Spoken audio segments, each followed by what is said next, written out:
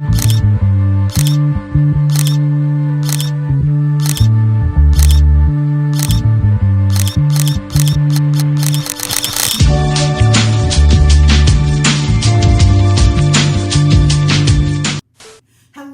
and thank you for joining me for Real Revvy. My name is Anita Newby, and what is Real Revvy? Well, Real Revvy is the place where I want to share revelations that I get about movies I've seen.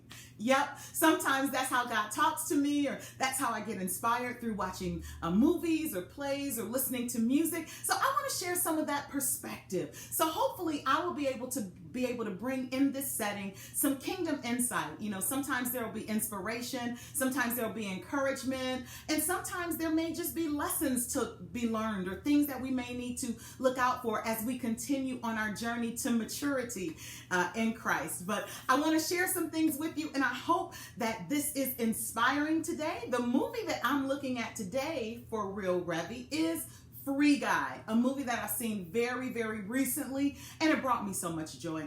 I did do a review of the movie about a week ago, so I will link that in the description. So I'm not going to go into some of my review, but I am going to share some things that are very specific to the movie. So if you haven't seen the movie, hopefully I will not give too much away, but there were some things that really spoke to me and really inspired me in the midst of it, and I got to be specific about it. So Free Guy, this movie, I saw very recently, and the premise of the movie is that it is a video game. It's a video game called Free City. So what you have in the movie is you have almost two sets of characters. They interact, but you have two sets of characters. You have the characters who are in the video game, and then you have the players who are in the real world but are playing the video game. So of course they interact with those characters.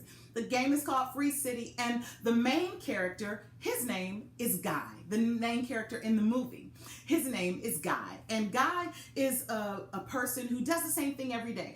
He is labeled or considered a non-player character. I think they call it an NPC in the movie, a non-playing character. He's just a background character. If you've ever played video games, there are people who are always in the same place doing the same thing, whether you go into the store and it's the cashier, but they don't have any role. I mean, you may be able to interact with them, but they don't have any really role in the video game. So Guy is one of these non-playing characters, and he gets up every day. He's a bank teller. He goes to the same job. You look in his closet, all his clothes are exactly the same. He talks to the same people on the way to work. He meets his best friend. He gets coffee from the same place. Everything is the same. And Guy doesn't know he's in a video game. He doesn't know he's a non-player character. He has no idea about this. But there are some things that begin to happen in the film that are very inspiring to me. So when I walked away from the film, I remember feeling just a lot of joy and just being very pleased. And I was like, why is this movie so impacting me so much? So let me say this about the movie, because there's three main things that I want to share some real Revvy, the revelations that I've got from this movie is three main things. But I'm going to tell you the overall theme of the movie. And he says it blatantly, so it's not revelatory. You don't have to dig deep for this. I didn't have to go into prayer to get this or anything like that. He says it blatantly in the movie. And what he says, and I got some notes so I won't forget what I'm doing. He says, basically the theme is you have the power to change your situation. Because what happens is this non-player character Guy, all of a sudden, because of an interaction he had with a very, very pretty woman in the video game, he decides to do something different because he wants to go outside of the box and talk to her. His character doesn't talk to these people, so he goes outside of the box and he wants to talk to her.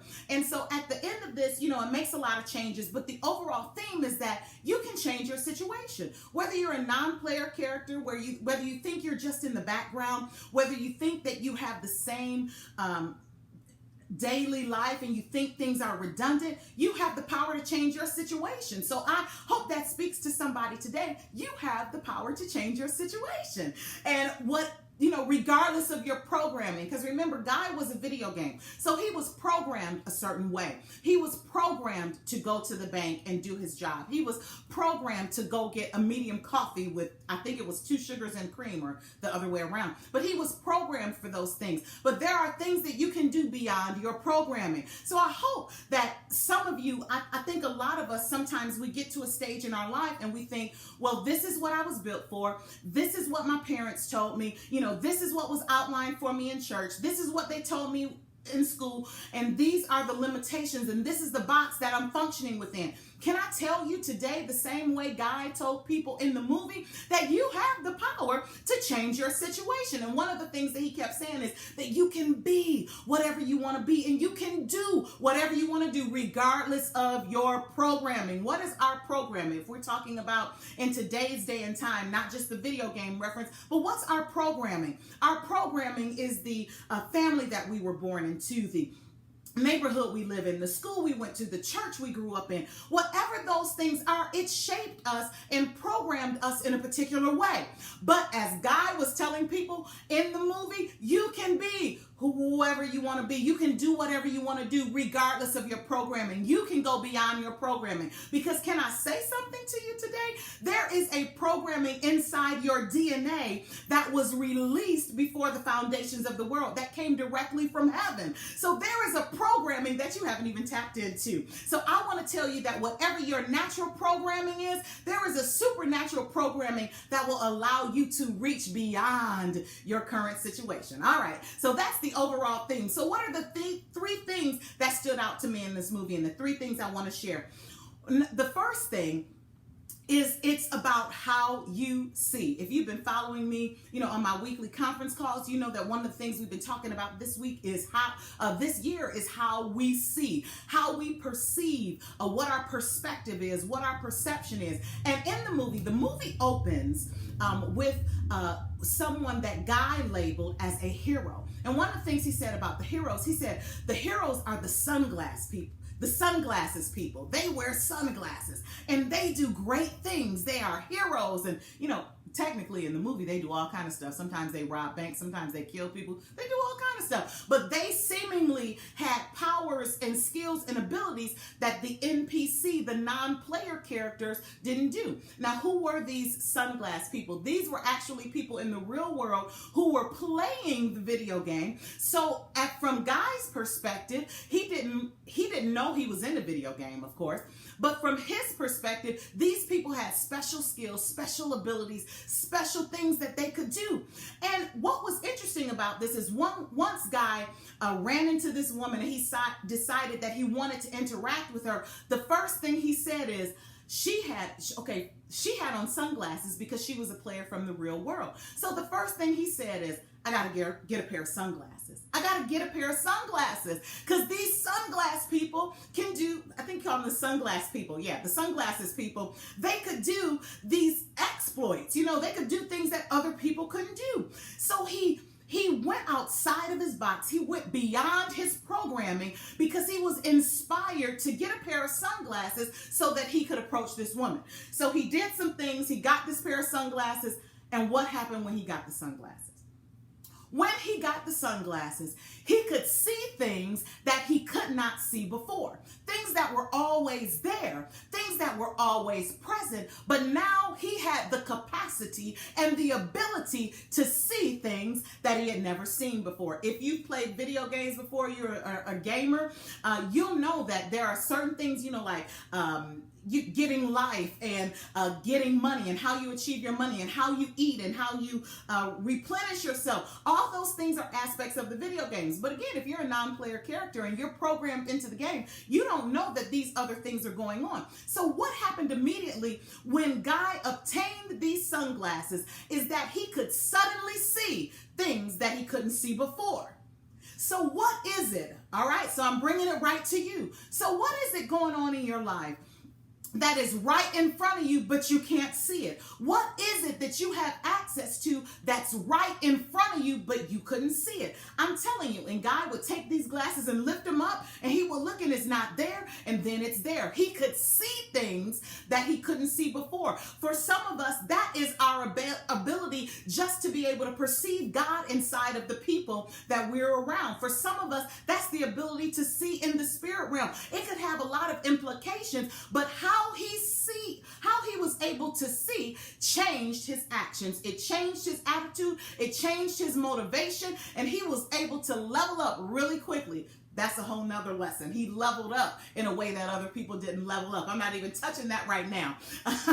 But how do you see? How do you see? I'm asking you today, how do you see? Are there things right in front of you that you are not perceiving, that you are not that your eyes need to be adjusted to? So just even as I'm saying this, just think about that. How do you need to see differently? Are there perspective shifts that you need to have? Are there ways that you need to visualize differently? What is it? How you see? How do you see? Get yourself some sunglasses. Be one of the sunglasses people like Guy. The second thing I want to say is that when you start to make these changes, because again, Guy was telling people in the movie that they could do anything they wanted to do and they could be anything they wanted to be, which is the same thing I'm telling you today. But as he was making these changes, he encountered resistance.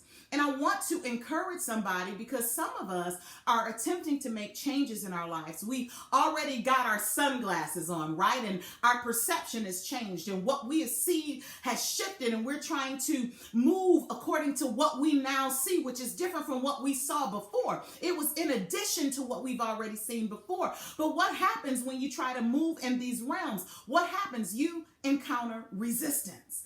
And there's one particular scene in the movie, if you've seen this, he goes to this coffee shop every day, and this is when things started to change, and he, saw the woman, and then he was thinking about getting sunglasses. All these things were going on. He went into the coffee shop, and every day he got a medium coffee, 2 creams and a sugar, or something like that. And then he said, I think I want a cappuccino. Everybody, because all of these non-player characters, right? All these programmed individuals who were used to doing the same thing every day, who were comfortable in their current structure, in their current situation, they became very alarmed. As soon as he said, I want a cappuccino, everything stood still. It got silent. The barista was like, but here's your medium coffee. And he was like, but I want a cappuccino. I think I want something different. She was like, but you never get anything different. I don't have anything else. This is what you get. And everybody in the place began to look at Guy, and they begin to prepare to resist his changes, his desire to change. There was an officer that said, they made some sort of threat to him, a police officer that he talked to every day, like, you can't change your order. There was a tank behind him in the window, and the tank stopped. A military tank, and began to point towards Guy, because Guy was beginning to change something that the other non-player characters didn't want changed. I'm not going to get into more of what happens in the movie, but that's what happens to us when we decide that we're going to step out, when we decide that we're going to make some changes and do some new things and do some things that we haven't done before. We encounter resistance. Resistance doesn't mean that you stop, okay? Because Guy had to shift what he was doing. He said, okay, this is not going well. Let me shift. And he left, and then he made changes later. But I want for those that are encountering resistance from well-meaning people, and let me say this, because a lot of times we think that resistance comes from our enemies. Sometimes resistance comes from the people that love us the most, but they don't understand where we're going. They don't understand the changes that are happening in us. They don't understand that we're metamorphizing, however you say that. They don't understand that there is a transformation. They don't understand that. And so they're trying, innocently and most of the time with good hearts and good intentions to keep us in the place and to keep us doing the same things we've done before. But I want to tell you today is to be free like God. You don't have to stay within that box. You don't have to get a medium coffee, 2 creams, 1 sugar. You don't have to do that. You can get a cappuccino. You can flip the script. You can do something else. You can change your circumstance. You can be whoever it is you want to be. All right, one more thing and then I will be done. The last thing, when you change your situation and when you begin to make these changes, I want to encourage you because it will benefit the others around you. Sometimes people around you don't see it and they don't understand. But there is a point at the end of the movie where Guy is the hero, okay? So he's coming to the culmination of the movie, and he has to cross a bridge, literally. And I thought it was very profound and prophetic that he had to cross a bridge to get to the next place. And there was so much resistance coming at him when he was crossing this bridge. But by this time, everyone began to understand that it was important for Guy to cross this bridge for their very existence. And what happens is, a lot of times when God is placing on your heart that it's time for you to make a change, when it's time for you to make a shift, there are people that are going to be affected by your change and by your shift. God was saving the game. He was saving the lives. He was saving the lives of those in the game, and he was saving the reputation of those outside of the game who were playing the game, those who had invented the game, so to speak. You have to watch the movie to get the full details of it, but he had to get to a specific point. So much was coming at him, and he had to get to a specific point, and he was determined, no matter what, if I don't make it, I'm still going to try, because this is so important, and so much is riding on me getting to the other side, me crossing this bridge and getting to this new territory. So much is riding on it. And what was beautiful about it is, as Guy began to make the shift and make the change, it began to open the eyes of the other non-player characters around him. So sometimes the people who are stuck in their programming can get free when you begin to make strides and move forward into your new territory. I'm getting excited. And it was interesting, and one of my favorite things about the movie, and that I really just felt encouraged by, was as he was doing it, he was by himself on the bridge. However, there were so many people rooting for him. What he had done had gone viral, and everybody was watching all over the world. There were YouTubers watching him live. There were the non-player characters in the video game. They were cheering for him. They were celebrating him. They were rooting him on, because whether they fully understood the value of what he was doing or not, they were rooting him on. They were cheering him on. And I want to tell you that whatever it is you are striving for, there are people, whether you can see them or not. It may feel like you're alone. It may feel like you're crossing over to the other side all by yourself. But let me tell you, there are people, number one, who are dependent upon you making it to the other side, not just you. There are other people whose eyes are going to be open. There are other people whose lives are going to be changed because you are being persistent and crossing over to the other side. And when you feel like you're all alone, and when you feel like nobody has your back, let me tell you, there is a cloud of witnesses. There are people that you can see. There are beings that you cannot see. There are people that you can't see, that you may not know, who are rooting for you, who are praying for you, who are wanting you to get to this new place. So I just want to encourage somebody today, and I hope this has helped, but I just want to encourage somebody. This is my kingdom insight, my real Revvy on Free Guy. When we get free, it is going to affect so many other people, and it is going to break something wide. Let me tell you, at the end of this movie, I mean, I'm not trying to give too much away, but there was success. I'll put it like that. It may not be success the way that you think there was success, but there was success. And because of this, so many people were blessed. Yeah, they didn't say they were blessed in the movie. That's my take on it. But so many people were blessed. Things shifted that should have shifted. There were people in power that had bad intentions, and all of that shifted because Guy was persistent and he knew that he could be free. So what am I saying today? All I'm saying is that you have the power to change your situation. Don't let fear hold you back. Don't let feeling like you're going at it alone hold you back, because there's people rooting for you. But I will tell you that something that's going to be really instrumental in you making this change is how you see, how you perceive. If you feel like you're stuck and that's all that you can do, you're going to stay stuck.